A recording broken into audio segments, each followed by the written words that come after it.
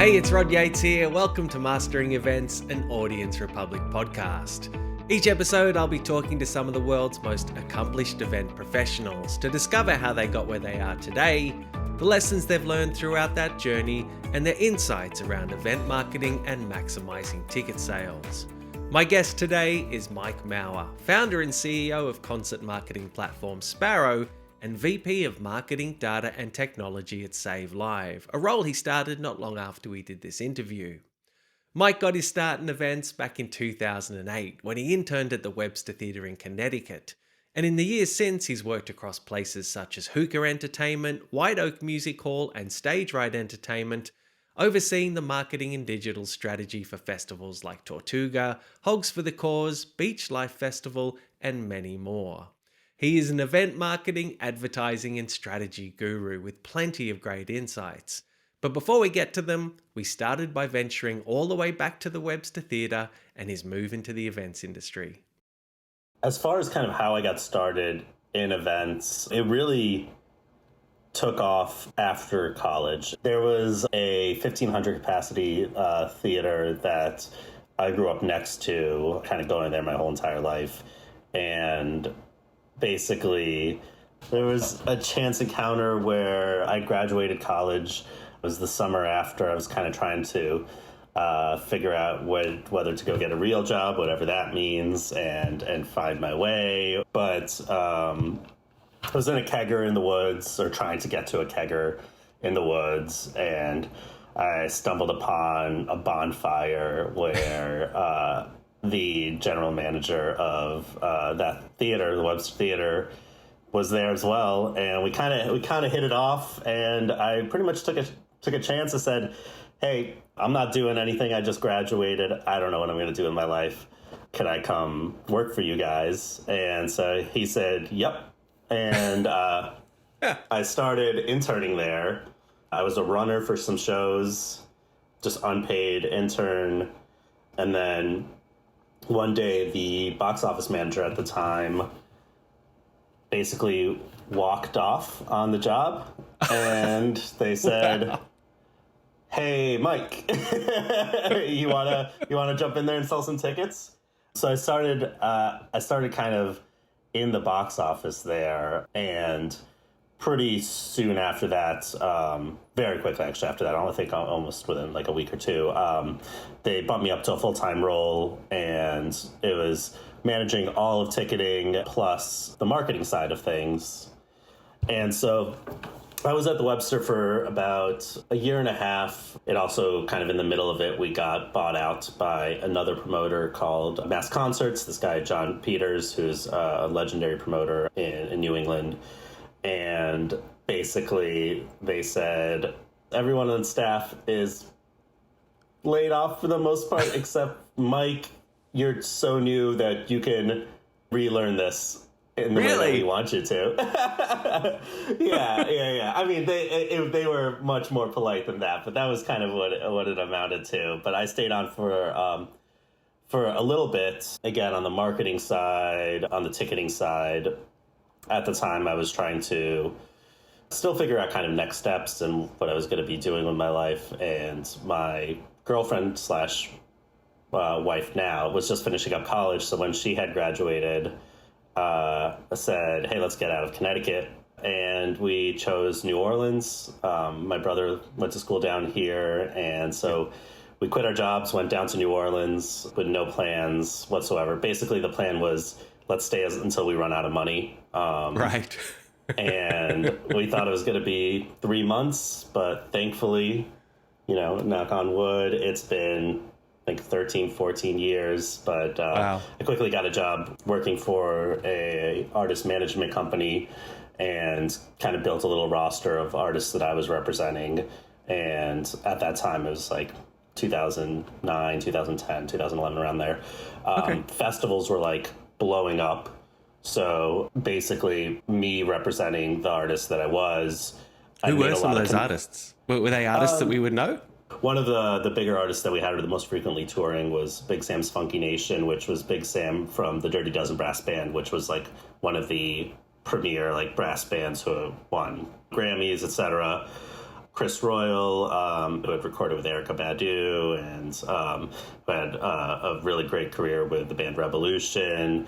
A bunch of I had 5 bands under kind of my tool belt that we were booking pretty regularly across the Southeast, but then also with the festival circuit, we started booking them nationally and even internationally.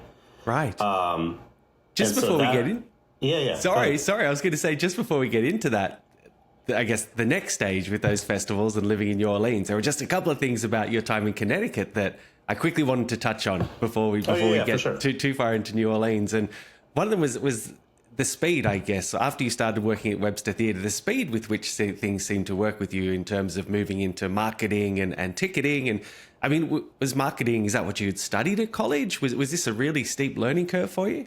That's a good question. I mean, as far as marketing goes, it was always, something that I was interested in. And I think the thing for me was I was always interested in the psychology behind it. When I was growing up, kind of wanted to be a psychologist until my aunt, who is a psychologist, was like, no, you don't, kid. But I really liked the idea of like, how to empathize with people, how to persuade them to do something in scale, so on and so forth. Also was a big music fan. I would say that it was kind of always part of my roles and responsibilities, even when I was on the other side on the management side of things. But after, working with those artists, I actually left. I burnt out of the music industry, and I joined an ad agency. And in that ad agency, was really, I would say, where like I sharpened a lot of my skills. It was a traditional ad agency, so print, radio, billboard, but they were building out their digital department. So they invested a lot in myself, and that's where I learned about how to structure like a good data program, analytics. They actually brought the old CMO of Napster out to New Orleans to train me and sit down with me. I learned a lot about advertising. So when I was ready to step back into music, it was like I had sharpened all the tools kind of in my toolkit. Was there anything or any of those key lessons that you learned in that ad agency which still really ring true today and defined almost how you approach event marketing? Oh, absolutely. The first thing, and I think we had talked about this before, where I think the music industry is like chronically 5 years behind where maybe like e-commerce, let's say, is, right. and a lot of other industries. So being exposed to that, especially on the data and analytics side, how to actually structure a campaign, how to not just read the data, but actually interpret it. I would have to present to clients the story that the data was telling rather than just say, hey, here's your web traffic, right? I would have to put it into, contextualize it essentially. And also kind of thinking like how to connect the dots, like kind of the inner workings of how this all actually works. Mm-hmm. I was always a little bit like tinkering around on the technical side of things. Even back at the Webster, having some technical knowledge was a huge help because I would be able to code HTML for the Webster's MySpace page. But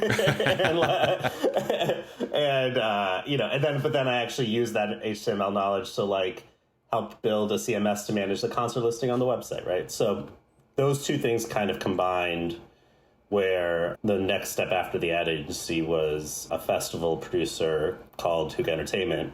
And they said, hey, we're looking for somebody who knows the music industry and knows digital marketing and lives in New Orleans. And I was like, well, I'm pretty sure I'm the only person in this city who checks all 3 boxes really well. Plus, I already know one of the artists that you're managing because I was managing one of them. Plus, one of my other artists had played a festival called Hangout Music Festival that they had started. So it was just a very natural fit from there. And I think, they even kind of sharpened that tool set even more. Right. I think when you think about the breadth of that career in terms of starting off at Webster and then moving to New Orleans, one of the key things, I guess, which has probably become more prominent in terms of event marketing is the role of data. When you look at how festivals are using data these days, or even when you started to use data to market, like what innovative ways are you really seeing festival organizers or venues get their audience to share information about themselves beyond just here's a like sign up for our newsletter? What I think the really kind of the best of the best are doing as far as data goes is they're really looking at it as a long play. And like, I think the way to think about data and your customers is almost the way that like, it's like the way that you think about dating someone, right? You're not going to sit down on a first date and ask them for every little detail about every little thing about their life, right? You learn that along the way. And I think with data, it's kind of the same thing. And the people that are doing it right, instead of a long survey, they're kind of thinking about it as, how do I get a little bit more information about this person over the 1, 2, 3 years that I have, 3+ years that I have of my relationship with them? And every single touch point that I have with them, how do I get one more piece of information that could be useful to me? So maybe if I have a contest, I could say, hey, you have to be 18 plus to enter this contest. So give us your birthday, right? That's one data point. I know their birthday. I know how old they are, right? Then if I have, let's say, if it's a festival, maybe like guess the lineup, kind of giveaway type of thing before the lineup drops. I start collecting their affinities, right? And that goes into their profile. Maybe one thing that you do is you mandate RFID registration, and that way you double your data set because you're not just getting the ticket buyers info, but all the attendees information. So if you take that long-term approach of like collecting active data, just piecemeal, and then you add in like passive data, so things like their web traffic behavior, their email open rates, their ad clicks, etc., and transaction data, then you have like a really robust data structure, and that's where like you start really seeing, everything jive.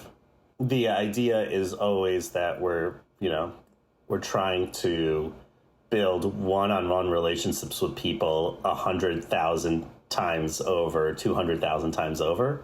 Right. And I think there's a lot of fun with that, but you can't do that if you don't know who these people are, and obviously you can't go one by one and ask them, and you can't like say, hey, like fill out this 25-page survey, which we used to do, but we'd say fill out this 25-page plus survey and be entered to win VIP tickets to incentivize it. And we got only people who wanted to win VIP tickets, which is not an accurate representation of every single person, right? So really kind of looking at it as a set of like micro interactions of like, how do I capture every touch point, either passively or actively? And how do I just build this robust data set over the course of time? That's really interesting. Obviously, segmentation comes into play then, right? The more data you have on the people, the finer your segmentation can be. How fine do you try to segment? Like how far can you segment enough? Are you constantly trying to fine tune those audiences? I mean, there's a diminishing rate of return for sure. The way that I kind of think about it is there's almost 3 buckets, right? I'm sure there's other terms for this. This is just what I call it, right? There's active data, right? There's like the data that somebody willingly gives you. Here's my birthday. Here's the genres that I like. I'm asking, they're giving it to me. Great. There's passive data, which is like, hey, we are, for example, genre tagging every single person who clicks, doesn't necessarily convert, but clicks on event card on my website, and that there's like a lead scoring in the background. So, Rod, for example, has a higher affinity for metal shows than he does for country shows because he's clicked on more metal shows, right? And that's stuff that's behind it, email open rates, click-through rates, who's active, who's not, etc. And then there's your transaction data, and that is everything from when they bought, how they bought, the source, how much they spent, what shows they went to. Those 3 things, I think, give you a really good amount of it. And to answer your question, I mean, it depends on the use case, really. I think to me, the way that I think about it is some of it is only useful, is only as useful as you use it, right?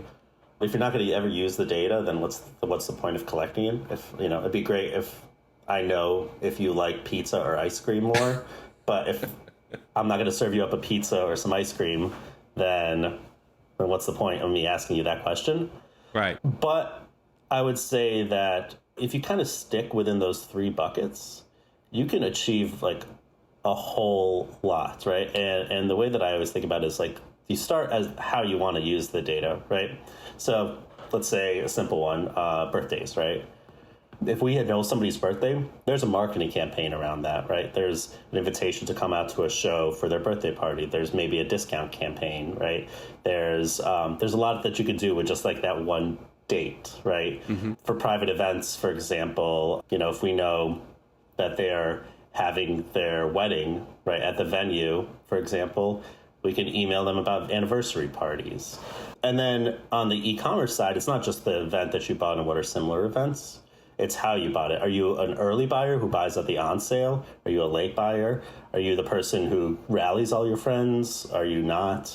There's just a lot of ways to skin the beast. And I think that having a really clean data set, and when I say robust, what I mean really is thoughtful, not necessarily, you know, every little thing about like, you know, do they like polo shirts versus T-shirts? Yeah. But it's really thoughtful in the sense that every piece of data that you collect has a use for it. Absolutely. One of the things which we had spoken about briefly before, and which I'm always really interested in, is that life cycle of a festival where you have those key moments that really generate fan excitement, like the date announced, lineup announced, pre-sales, etc. And then you've got those last couple of weeks leading into the festival where there is huge excitement again, and you'll see ticket sales ramp up. But in between those moments, you have that dead zone, that time where there's like this natural lull in activity. What are some of the effective ways you've seen to combat that period, to really try to keep that momentum happening through that period? I think this is going to sound bad. I think in like a way, we're like used car salesmen who like have like crazy discounts around like random things like Boxing Day, right? You know, and what I mean by that is like you have to manufacture these marketing moments because you're right. Like you have the frequency and immediacy of an announce. There's buzz. Everybody's talking about it. You're talking to your friends. We've got ads to support it. Radio's talking about it. All that stuff. You have the closing campaign of a festival where you're like, oh, I gotta go. You can create, you know, moments of urgency in between, which is like tickets almost sold out for tier one, etc. It escalated that way. The way that I think about it is that you really have to manufacture all those like those moments. And so what I mean by that is that anytime you have a new piece of information that you want to distribute, you want to create a marketing like moment around it. You want to create a bigger announcement around it. So, for example, don't announce the entire lineup. Hold back a couple of artists and have a second wave of artists, right? It might be a little bit counterintuitive because you're like, oh, I have the best chance if I just go out with my best foot forward with a full lineup. Not exactly, because when you have a second wave of artists, that means another email blast, press release, socials, push, lots of engagement around it, people clicking because they're interested and you're re-engaging them, right? Same thing with like single day tickets, right? Instead of kind of haphazardly saying single day tickets are on sale, don't release the schedule even. Release what days each artist is playing, but not the entire schedule, and hold back the schedule and create a big moment around single day tickets. You've asked, we've delivered, everybody's been asking for single day tickets on sale now. Here's the day that artist is playing. And then your schedule, which is probably, you know, operationally done way long ago, can be another marketing moment that is like, hey, festival's coming up, we release the schedule, bam, right?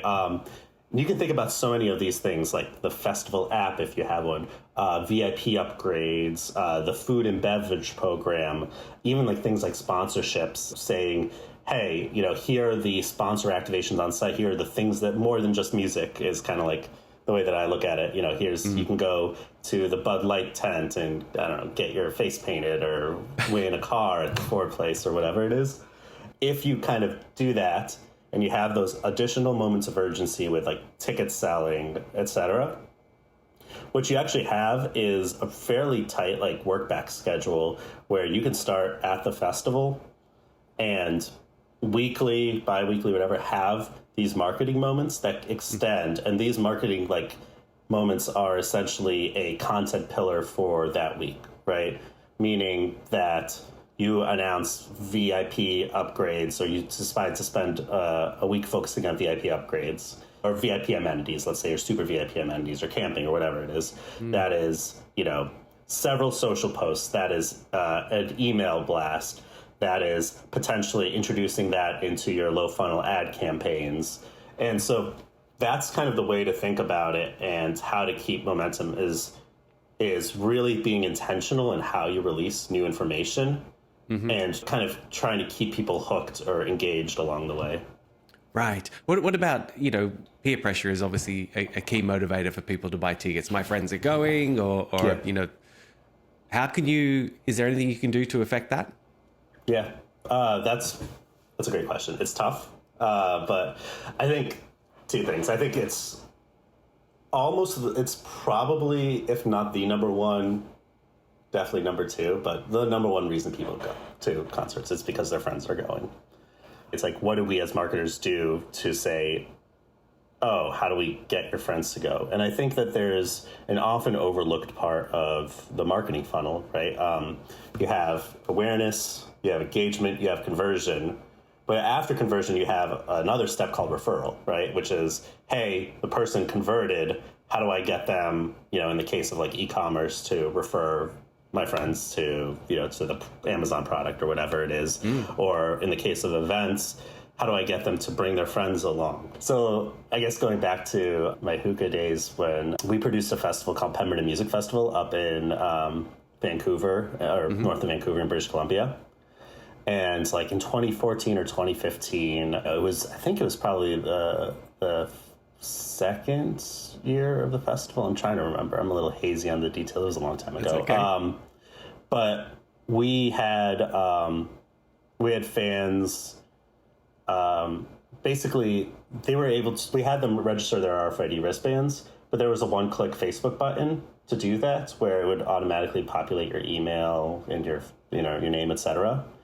Privacy restrictions at the time. This is like some Cambridge Analytica stuff going on. Like at the time back then, like Facebook didn't really have a lot of like guardrails for privacy.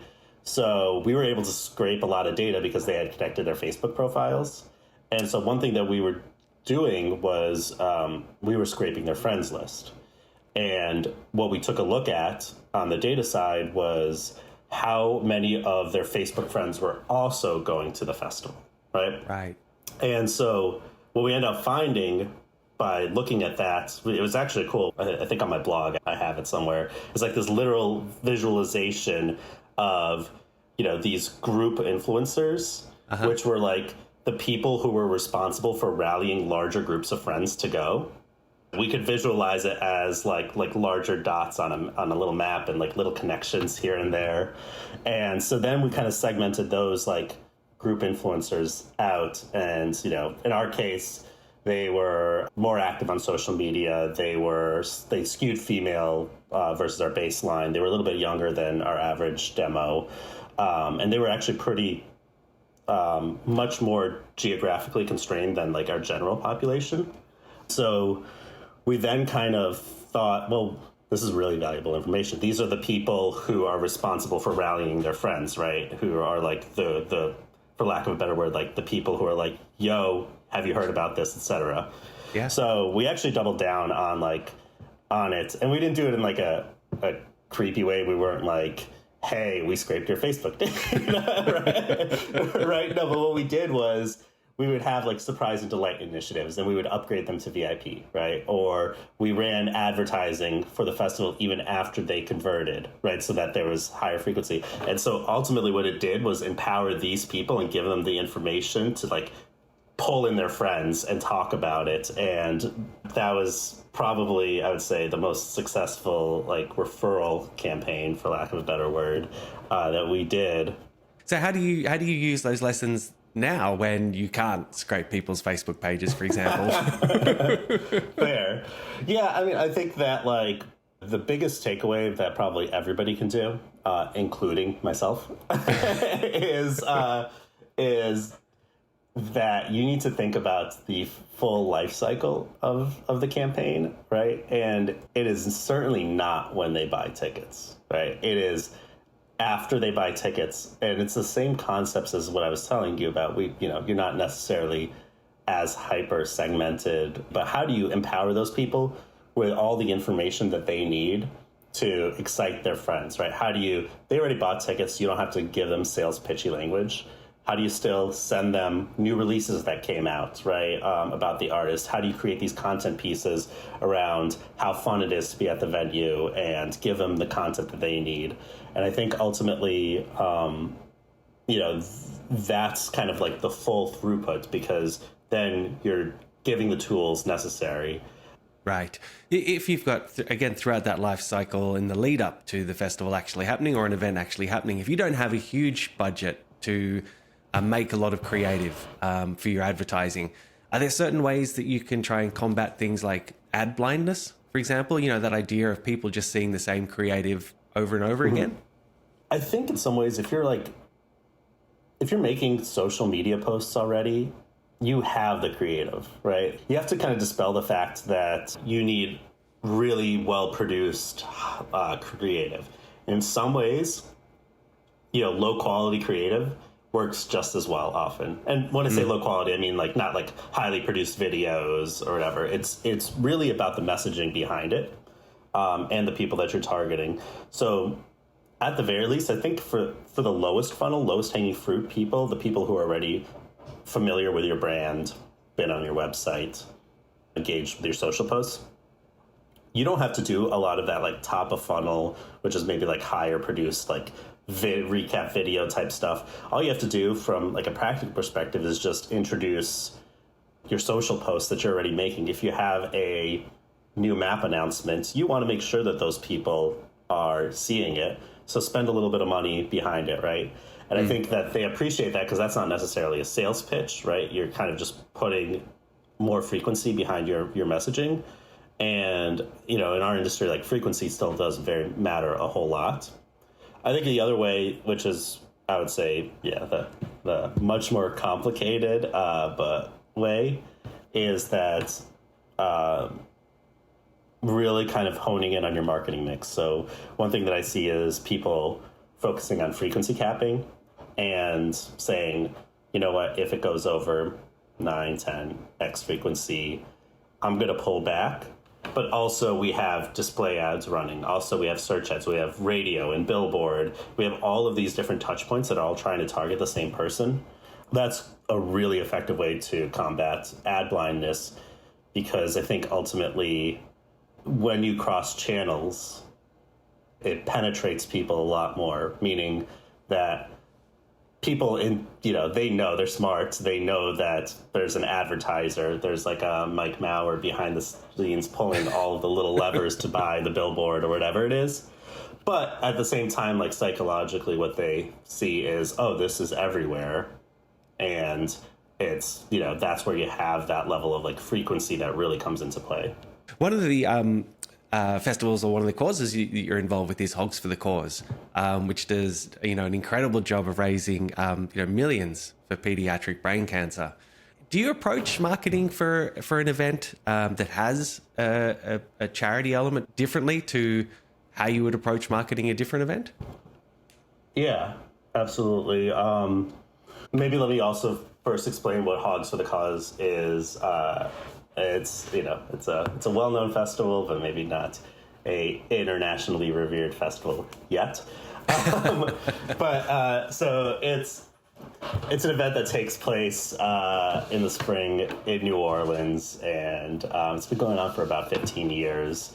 Every single year we bring roughly between about 10 to 15,000 people.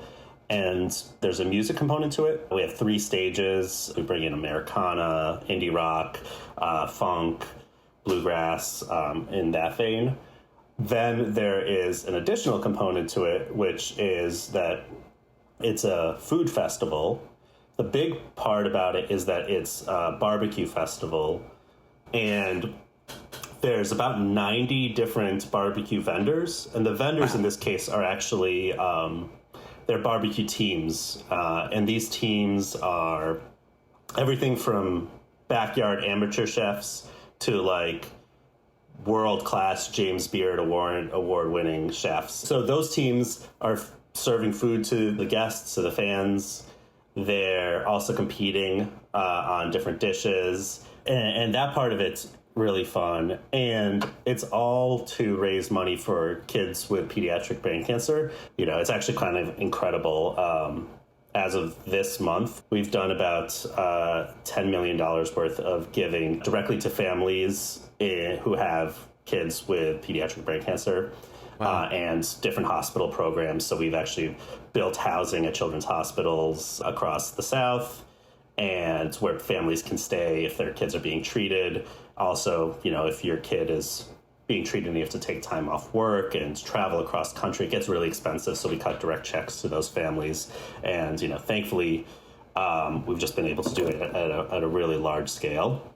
When I kind of first joined, so that was, I think, 6 years ago now, to answer your question, I looked at it almost exactly as I would a festival. I said, let's structure this like a festival. Like, this is a legitimate marketing campaign. This is a legitimate festival. We're doing some really impactful work. We built a work back calendar. We did a lot of data diving. We had some pretty robust ad campaigns. And, you know, and thankfully, I think due to that, but also, you know, other factors, I don't want to take all the credit for it. But if Becker is listening to this, I take all the credit for it. But you know, it had a couple of landmark years, with the exception of COVID, like breaking records of fundraising goals every single year. Wow. The more I learned about the festival and the cause and everything, the more my attention turned to the barbecue teams that were actually competing, because I think in a way they're like the real headliners. And what I mean by that is, for this one specifically, not only do they fundraise year round, even when the festival isn't going out, and every single year at this point, I think last year we raised about almost $3, maybe more than $3 million.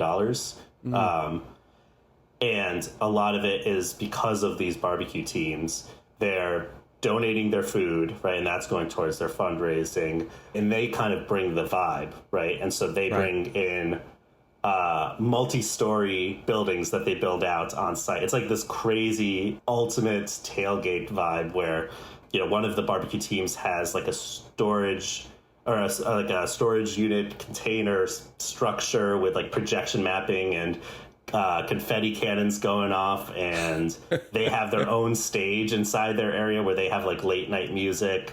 One year, one of the teams brought in 2 tons of sand and built a straw hut that they were serving food out of. It was called Hoggy Readaville.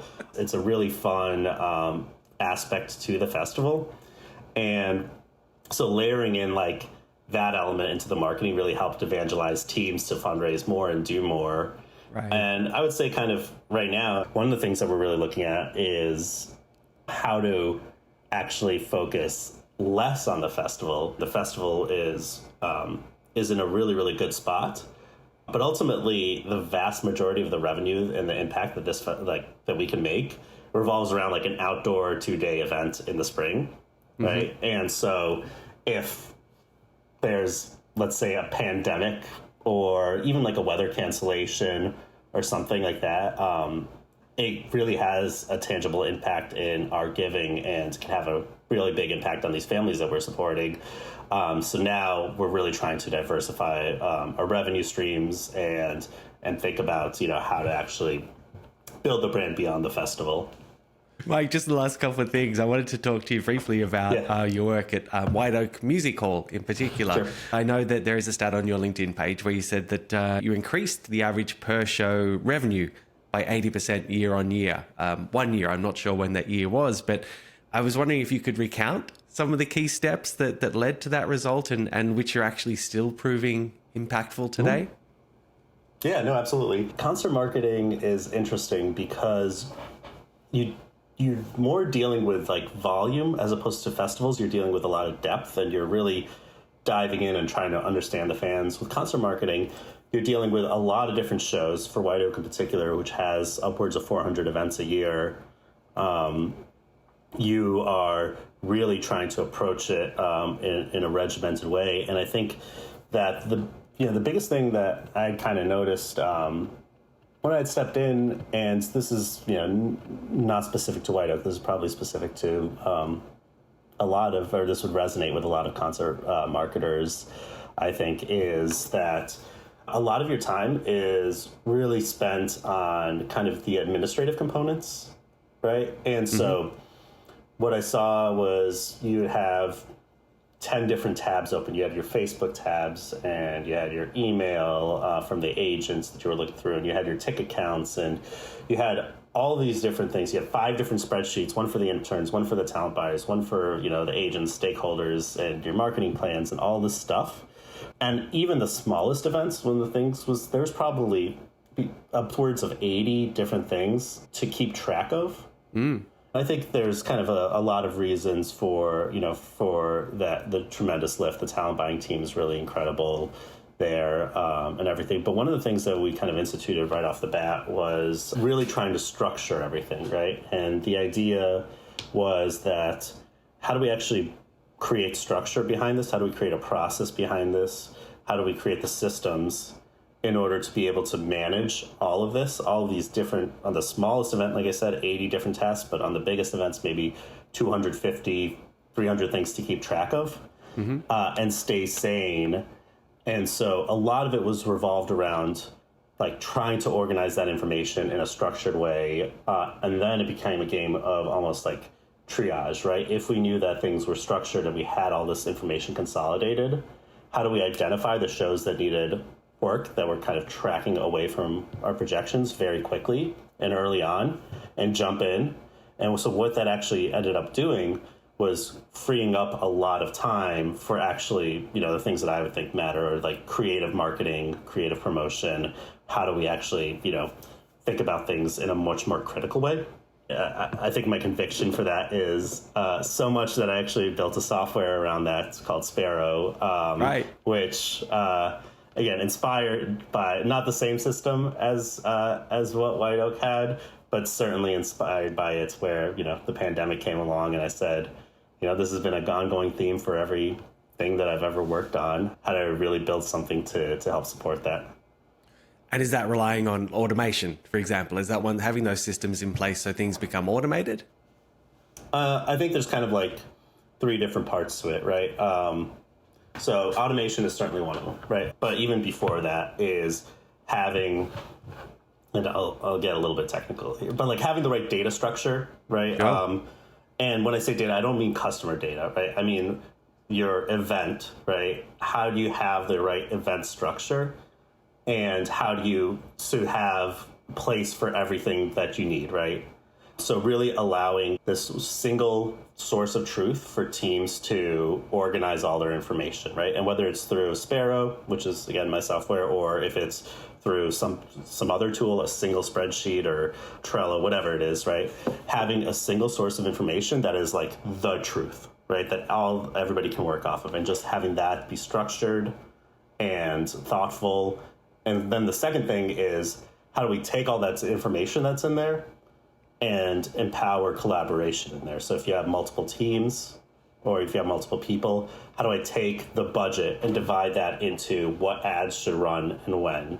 How do I take the projections of where the show should be and identify shows that aren't going well? How do I, at my disposal, so I can avoid context switching and trying to find it into a million tabs, have at my disposal the Facebook event link, the ticket count link, all the stats, the latest ticket counts, everything kind of organized in one place for you and your team to collaborate off of? The third thing is automation, where, the reality of the fact is that there's a lot of things that we do over and over and over again in the concert marketing world. And should we be spending time creating a standard marketing plan in a spreadsheet to send to an agent for them to go, oh, great, without even looking at it? Not really, because if it's all in one system and there's a single source of truth, you can just export it and have an automation that generates a PDF for you. Does your graphic designer need to spend time localizing an ad match or creating social graphics? Not really. They could be better utilized, like creating cool artwork. And so there's automations for all that could exist. Right. When you think about your career to date and all of your learnings, has there been a mistake that you've made? Has there been something that's happened where it's actually turned out to be a blessing because it was a real learning for you? But was there just something that just did not go to plan? Yes. So, I mean, I think a couple of things. I think, first of all, like, I still make mistakes all the time, right? And I'm not infallible to it. I think in a lot of ways that, like, every single project that I do, every new thing that I take on, every single day, I make mistakes and I learn from them. It's still very much a learning curve. One of the things that comes to mind is Pemberton Music Festival, and in 2016, we had Pearl Jam headline it. We had The Killers, and we had a really great lineup. And when we first released the lineup, it only had Pearl Jam on the top line. We were actually having a pretty hard time at the time just trying to fill out, all of our headliners, but we didn't want to push it any further. So we just released it. Thankfully, got a really good reaction, but people started realizing the poster was like, hey, it's missing a couple of headliners, here. And so, probably I think it was like a month before the festival, it kept on coming up and people kept on saying they're going to come through, they're going to release some really great headliners. So about a month out from the festival, it kind of hit like a little bit of a fever pitch, and particularly on this like Reddit community for Pemberton. People were like trying to guess every single person. They were looking at like all the touring history and being like, it has to be X, Y, and Z. At one point, I was making a change on the website, and it was a WordPress website. And basically, way back before we had announced the lineup, we were trying to go through a bunch of different headliners and trying to mock up a bunch of different scenarios to send to agents to try to get them to confirm and everything. And instead of deleting all of those different variations of the lineup, I just drafted everything because at the time, because it was just like going so quickly. And so I ended up publishing Sia as a headliner, and who at the time was like popping off. And it was probably like there for like 10 to 15 minutes, but that was enough for like Reddit to be like, I knew they would come through, and like people were so excited. They were like, that makes the whole entire lineup complete. Like people were just buzzing about it, etc. And I caught it, and like after like 10 or 15 minutes, I pulled it down, and I was just like, oh, this is bad. This is really, really bad, because people had screenshotted it and everything at that point. Right. And I had to go create an account on the Reddit board and be like, sorry guys, like this is a WordPress mistake. Sia's not actually playing, and they hated me. And the Reddit post is still live. Sometimes when I want to be humbled, I go look back at it, and like that year, people are like walking around with like Sia sides and like Sia just trying to like, and it was.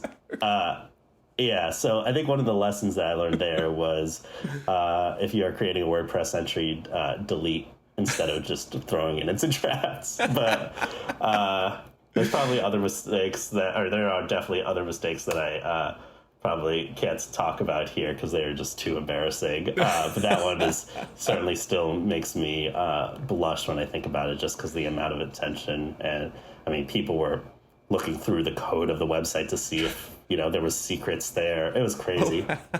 Was there a conversation you had to have with Sia's agent after that? Not me personally. And I think that like, my colleagues at the time still mock me about it. And I take it in stride. That Pemberton hasn't been around since 2017 as a festival. Right. But even in 2017, I would still see it pop up. It would be like, oh, who's the next lineup for the next year? Is it Sia? I'd just be like, oh, God. Sometimes when you do something that is like, we're kind of in the industry of very high visibility, and there's a lot of people who are very excited, and sometimes you think about small mistakes that amount to very high visible mistakes, and it gets pretty embarrassing. Mike, very last thing. We spoke at the very beginning just about, I guess, your entry into events, but we didn't talk so much about why you love music, like who exposed you to it in the first place, and who some of your favorite bands were, like what posters you had on your wall growing up. Just briefly, how did you come to love music, and who were your formative acts? Yeah, no, that's a good question. I mean, I think like I didn't come from, my family isn't like particularly a music family. We actually were born overseas. We emigrated from Ukraine to New England in 1989. And so like my family didn't have like a big enough social circle to like go to concerts, or we didn't have like a ton of expendable income growing up or anything like that. But like my brother and I were always into music. Do you remember those Columbia House cassettes, like Columbia House records, where they would be like, hey, here's all of the latest releases, here's Bryan Adams and Chumbawamba, whatever it was at the time. And you could order 5 free cassettes before they sign you up for a subscription. So we would get a lot of like those free random cassettes from them, and we would always listen to them. And I'd say like in middle school, when I was like a punky skater kid, I would listen to a lot of like new metal and, and punk. But I think kind of the formative side of like the music, of music for me was started really in high school, where, ironically, right around the time I started smoking weed and getting really into girls. So like just lots of teenage emotions and like chemicals in my brain and everything like that. But I would always like go to, for example, the Webster and, go to punk shows and everything like that. I got really big into the Grateful Dead in high school. That was really kind of an entry point into going to like larger music events, like festivals. There was a big Dead-inspired festival called Gathering of the Vibes in Connecticut. One of my really close friends at the time was like a guitar prodigy, and he actually played with this woman named Rachel Platten, who has that Fight song out. Right. Yeah. So I would like watch them perform at Trinity College to like 2 people, so it kind of like, it had always been a part of things. And then, in college, I started really getting into more kind of the typical college stuff. I always had a little bit of a diverse taste in music, but like in college, I really steered into the jam band world of like Humphreys McGee, who are great. And I would travel around to see them a whole bunch. I really like Dave Matthews, but never really like go with like my punk roots and all that. I was I like everything except country kind of guy until I started doing Tortuga Music Festival and getting paid to like country music. And then I started liking country music really quickly. And I was then an everything but metal guy. And then there's a festival at White Oak called Hell's Heroes that's annual, that I'm like, oh, and I think part of the thing I really enjoy about our industry is that like, I don't know who half these bands are, but I really like the process of finding out, and I've discovered some of my favorite bands through it all. Nice one. Do you remember moving from the Ukraine? Were you of an age where you had any memories? I was 3, so... You were 3, okay. Yeah, I don't really remember any of it. But yeah, I was too young. I mean, I remember it, but everything's in black and white, and I'm pretty sure a false memory of like me being like a little like a Russian boy. Yeah. Mike, thank you so much for taking the time to chat with me yet again. I really appreciate it. Yeah, no, absolutely. I'm always psyched to chat.